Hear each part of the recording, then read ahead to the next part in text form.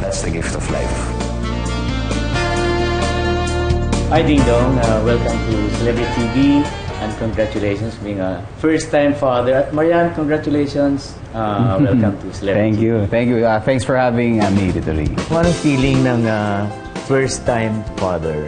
Mahirap pa may paliwanag Tito Ricky, dahil parang never ko naman na-compare pa yung gantong pakiramdam. So kahit anumang nangyari na any event sa buhay ko, di ba, walang may kukumpira talaga. Kumbaga, next to getting married, ito yung isa sa pinakamasarap na pakiramdam. So anong unang reaction mo nakita mong paglabas ni Zia? Noong una, mas concern ang nanaig dahil, di ba, dalawa silang nandyan. Kasi ako, present ako the whole time.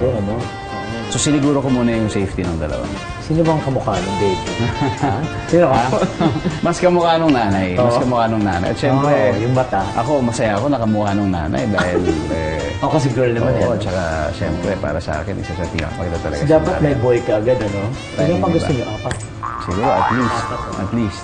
Teka, ititest ko muna kung talaga marunong ka na maging father, ha? Maglalaro tayo ng baby sige, game, ha? natin. Tingnan natin, ha? Paano ka magpalit ng lampin, Ki, ano? Nagpapalit ka naman ng lampin? Nasubukan na, pero syempre hindi pa po ako expert dyan. At pwede naman matutunan yan.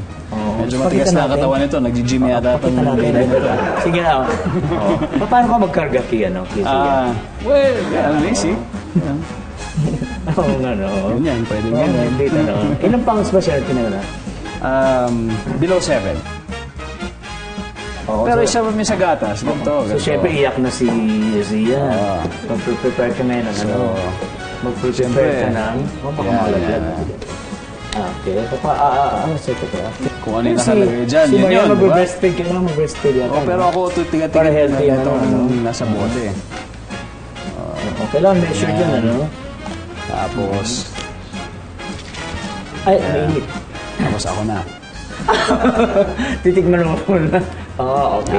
Hindi po kami gumagamit ng ganito. Kasi purely breastfed po ang pero very fulfilling ho talaga. Kumbaga, sulit na sulit yung pag-aantay at hindi maiisip yung pagod kahit anong puyat talagang daraanan mo lang naman yan. Ding Dong, thank you so much. Thank you, Marian, thank you so much.